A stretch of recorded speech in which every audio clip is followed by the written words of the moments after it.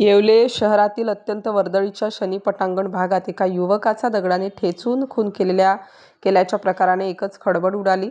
काल रात्री एकीकडे संपूर्ण शहर भीमजयंतीच्या उत्साहात आणि मिरवणुकीत मग्न असताना दुसरीकडे खुनाचा थरार येवलेकरांनी अनुभवला। येवल्यातील शनी पटांगण परिसरात एका 38 वर्षीय तरुणाचा सिमेंटच्या दगडाने वार करून निर्घृण खून करण्यात आला आहे। मृत तरुणाचे नाव एकनाथ बाळकृष्ण गायकवाड, वय 38 वर्ष, राहणार सुरेगाव असा आहे। अज्ञात इसमाने घटनेत ठार झालेल्या एकनाथच्या डोक्यात सिमेंटचा जड दगड घालून त्यांना जीवे ठार मारण्याचा प्रयत्न केला। रक्ताच्या थारोळ्यात पडलेल्या तरुणाची माहिती येवला शहर पोलिसांना मिळताच पोलिसांनी तातडीने घटनास्थळी धाव घेतली। रक्ताच्या थारोळ्यात पडलेल्या जखमीला तात्काळ येवला उपजिल्हा रुग्णालयात दाखल करण्यात आलं। मात्र डोक्याला गंभीर दुखापत झाल्याने आणि रक्तस्राव अधिक झाल्याने प्राथमिक उपचार करून त्याला पुढील उपचारासाठी नाशिक येथे हलवण्यात आलं होतं।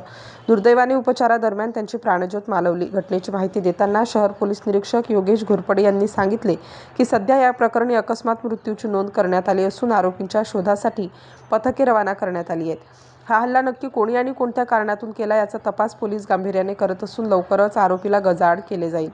जयंती उत्सवाच्या रात्रीच ही दुर्दैवी घटना घडल्याने परिसरात हळहळ व्यक्त होत आहे। मृत तरुण कोणासोबत आला होता आणि वाद नेमका कशामुळे झाला याचा शोध आता पोलीस घेत आहेत। मात्र रात्री अपरात्री एकटे प्रवास करणे देखील धोक्याचे बनले आहे। स्टार न्यूजसाठी मोहसिन पठाण, नाशिक।